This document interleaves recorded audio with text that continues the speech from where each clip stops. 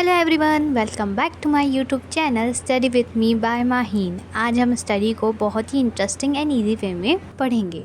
तो आज का हमारा टॉपिक है immunology and immunity. These are the topics which we cover today. देखो, इम्यूनोलॉजी बायोलॉजी की वो ब्रांच होती है जो इम्यून सिस्टम को स्टडी करती है। और इम्यून सिस्टम क्या होता है? इम्यून सिस्टम हमारी बॉडी में किसी डिजीज़ या वायरस इन्फेक्शन से हमें बचाता है, प्रोटेक्ट करता है। अब यहाँ पे की टर्म्स आ जाएंगे। एंटीजन। देखो, एंटीजन क्या होता है? एक फॉरेन सब्सटेंस होता है जो हमारी इम्यून सिस्टम को ट्रिगर करता है, चैलेंज देता है। एंटीबॉडी क्या होती है?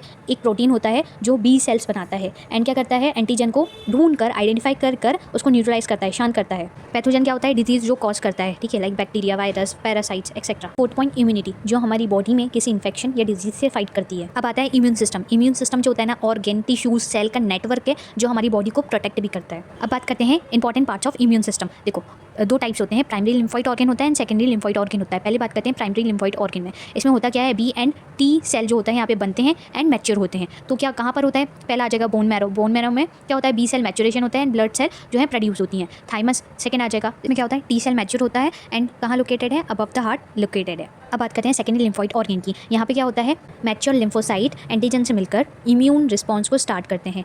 फॉर एग्जाम्पल स्प्लीन हुआ, लिम्फ नोड हुआ, टॉन्सिल्स हुआ, माल्ट हुआ, mucosa associate lymphoid tissue. Now types of immunity की बात करें तो इसमें दो टाइप्स रहती हैं। एक इनेट इम्यूनिटी रहता है एंड दूसरा एक्वायर्ड इम्यूनिटी रहता है। तो पहली बात करते हैं इनेट इम्यूनिटी की। इसलिए क्या होता है? ये बर्थ से प्रेजेंट रहता है एंड इसके कैरेक्टरिस्टिक्स क्या हो जाएंगे? ये स्पेसिफिक नहीं रहता है, नॉन स्पेसिफिक रहता है, फास्ट रिस्पॉन्स करता है, ठीक है, एंड इसके पास मेमोरी नहीं रहती। मतलब ये कि जो ये होमवर्क करता है पहले, फिर दूसरे दिन ये भूल जाता है। अब हम बात करते हैं इनेट इम्यूनिटी की कंपोनेंट्स की। तो पहला आ जाएगा फिजिकल बैरियर। ये क्या होता है? ये सिक्योरिटी गार्ड्स की तरह होते हैं। पहला आ जाएगा इसमें स्किन। स्किन जो होती है ना हमारी बॉडी की, फॉर एग्जांपल ये बॉडी का गार्ड है, तो ये गेट के बाहर खड़े होकर बोलेगा कि तुम्हें इन्विटेशन है या नहीं है तो बाहर निकलो, बॉडी से बाहर निकलो, बॉडी में एंटर ही नहीं करने देगा। देन सेकंड आता है mucus membrane. For mucus membrane कहाँ होता है? जैसे नोज हुआ, हमारी स्टमक हुआ, इन सब में क्या प्रेजेंट रहता है? म्यूकस प्रेजेंट रहता है। जैसे स्पाइडर किसी इंसेक्ट को ट्रैप कर लेता है अपने वेब में, जाल में, वैसे ही म्यूकस मेम्ब्रेन करता है। किसको कर देता है? वायरस हुआ, बैक्टीरिया हो, उसको पकड़ के ट्रैप कर लेता है, पकड़ लेता है, अंदर नहीं जान देता है बॉडी के। अब बात करते हैं केमिकल बैरियर्स की। Lysozyme in tears and saliva. Tears हमें, आंसू हमें इमोशनल डैमेज नहीं करते, ये हमारे बैक्टीरिया को भी डैमेज कर देते हैं। ऐसे ही सलाइवा भी बैक्टीरिया को डैमेज करता है। स्टमक एसिड लाइक HCl बहुत स्ट्रॉन्ग होता है, फूड के साथ जम को भी मार देता है ये। अब बात करते हैं सेलुलर बैरियर की। न्यूट्रोफिल्स क्या है? ये कमांडोज होते हैं हमारी बॉडी के, ये बिना वार्निंग के ही अटैक कर देते हैं। फिर मैक्रोफेजेस भी वैक्यूम क्लीनर होते हैं हमारी बॉडी के। नेचुरल किलर सेल्स होते हैं, कैंसर सेल या इन्फेक्टेड सेल को ना क्या कर देते हैं? किल कर देते हैं, मार देते हैं। देन फिजियोलॉजिकल बैरियर, फीवर आ जाएगा, इन्फ्लेमेशन आ जाएगा। फीवर में होता है कि हमारी बॉडी जो होती है ना,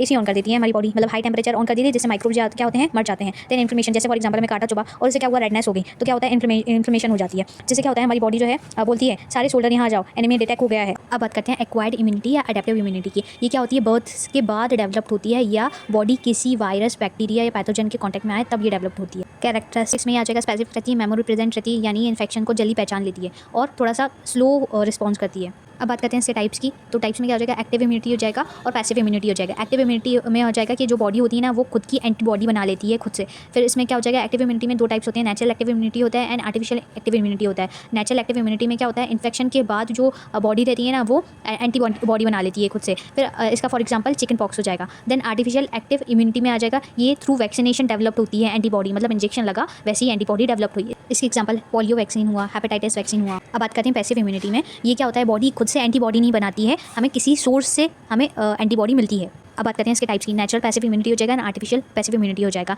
जैसे नेचुरल पैसिव इम्यूनिटी में क्या होता है? मदर से बेबी को एंटीबॉडी मिलती है, ठीक है, थ्रू प्लासेंटा या ब्रेस्ट मिल्क हुआ। देन आर्टिफिशियल पैसिव इम्यूनिटी की बात करें, इसमें क्या होता है? एंटीबॉडी किससे मिलता है? इंजेक्शन के थ्रू मिलता है ना। एग्जाम्पल क्या हो जाएगा? स्नेक एंटीविनोम हो जाएगा।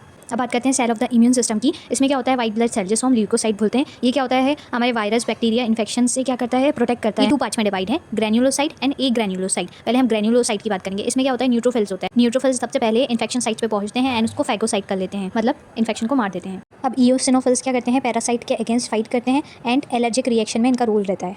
बेसोफिल्स क्या रिलीज करते हैं? हिस्टामिन रिलीज करते हैं। हिस्टामिन केमिकल मैसेंजर्स होते हैं जो हमारी बॉडी में खुद से बनते हैं, एलर्जिक रिएक्शन में रोल प्ले करते हैं। अब बात करते हैं एक ग्रेन्युलोसाइट की। इसमें क्या होता है? मोनोसाइट होता है, लिम्फोसाइट होता है। मोनोसाइट में बात करें तो हम ये सबसे बड़ी WBCs होते हैं, टिश्यू में जाकर माइक्रोफेजेस बन जाते हैं और क्या करते हैं? डेड सेल को इनगल्फ कर लेते हैं। अब बात करते हैं लिम्फोसाइट की। लिम्फोसाइट एडेप्टिव इम्यूनिटी के मेन सेल्स होते हैं। लिम्फोसाइट इंक्लूड करता है B cell, T cell and natural killer cell. B cell क्या करते हैं? एंटीबॉडी बनाते हैं। टी सेल जो होते हैं ना, वो इन्फेक्टेड सेल को किल करते हैं, मारते हैं। नेचुरल किलर सेल जो है कैंसर सेल को किल करते हैं।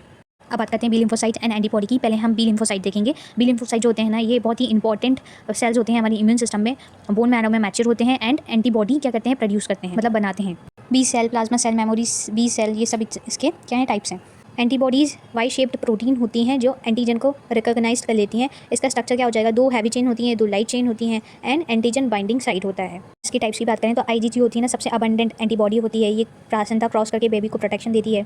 IgA फाउंड होती है saliva, tears, milk, breast milk में। फिर IgM क्या होती है, इन्फेक्शन जैसे ही होता है ना तो सबसे पहले रिएक्शन किसका आता है, IgM एंटीबॉडी का आता है। फिर आती है IgE, एलर्जिक एंड पैरासाइट के रिएक्शन पे इंपॉर्टेंट रोल प्ले करती है। फिर IgD जो होती है ना, बी सेल के सरफेस पर प्रेजेंट रहती है। एंटीजन क्या होता है, फॉरेजन सब्सटेंस होता है जो एंटर करता है हमारी बॉडी में और ट्रिगर करता है इम्यून रिस्पॉन्स को। यानी एंटीजन क्या है, एनिमी है हमारा बॉडी का, मतलब दुश्मन है हमारी बॉडी का। इसके एग्जांपल क्या हो जाएंगे, जैसे बैक्टीरिया हुआ, वायरस हुआ, इन्फेक्शन हुआ। टी लिम्फोसाइट के एग्जांपल क्या हो जाएंगे, हेल्पर टी सेल हो जाएगा, साइटोटॉक्सिन या किलर टी सेल हो जाएगा, मैग्नेटिक टी सेल हो जाएगा। अब बात करते हैं humoral and cell mediated immunity की। ह्यूमरल इम्यूनिटी क्या होती है, बी सेल के थ्रू होती है, एंटीबॉडी प्रोडक्शन करवाती है एंड एक्स्ट्रा सेलुलर पैथोजन जो होते हैं ना उसके अगेंस्ट इफेक्टिव होती है। एक्स्ट्रा सेलुलर मतलब बॉडी के सेल के बाहर। Cell mediated immunity T cell के थ्रू होती है और इफेक्टिव होती है against intracellular pathogen and virus. And antibody interaction में आ जाएगा कि एंटीबॉडीज होती है ना अलग अलग तरीके यूज करती है एंटीजन को कंट्रोल करने के लिए। फंक्शंस ऑफ एंटीबॉडीज में क्या आ जाएगा, पहले क्या होता है, न्यूट्रलाइजेशन होता है, मींस एंटीबॉडी क्या करती है, ब्लॉक कर देती है टॉक्सिन या वायरस को, ठीक है। फिर आ जाएगा अग्लूटिनेशन, ये क्या करती है, एंटीबॉडी क्लम पैथोजन टुगेदर। क्लम टुगेदर मतलब पैथोजन को इकट्ठा करना और ताकि वो ईजी रिमूव हो जाए। ऑप्सनाइजेशन में क्या होता है, पैथोजन को ढूंढकर, एंटीबॉडी पैथोजन को ढूंढकर आसान कर देती है ताकि फैगोसाइट जो है जल्दी हो सके, मतलब फैगोसाइट मतलब मारना, खाना पैथोजन को। कॉम्प्लीमेंट एक्टिवेशन में होता यह है कि पैथोजन को मारने वाला, डिस्ट्रॉय करने वाला प्रोटीन को एक्टिवेट करना। अब वैक्सीनेशन के पास क्या होता है, वीकेंड और इनएक्टिवेट पैथोजन होता है या इनएक्टिवेट एंटीजन होता है। इसके बेनिफिट क्या होते हैं, इम्यूनिटी को ट्रेन करते हैं और मेमोरी सेल बढ़ाते हैं और प्रिवेंट करते हैं डिजीज़ को। एलर्जी क्या होता है कि हमारा इम्यून सिस्टम कभी कभी बहुत ज़्यादा ओवर प्रोटेक्टिव हो जाता है, बिल्कुल हमारे पेरेंट्स की तरह, और जैसे ही कुछ डस्ट पार्टिकल आया तो डेंजर बोलने लगता है, फुल इमरजेंसी सिग्नल ऑन। जल्दी से फॉलो कर लो for more easy biology concepts के लिए। और नेक्स्ट वीडियो किस टॉपिक्स पर चाहिए वो भी कमेंट करके बताओ।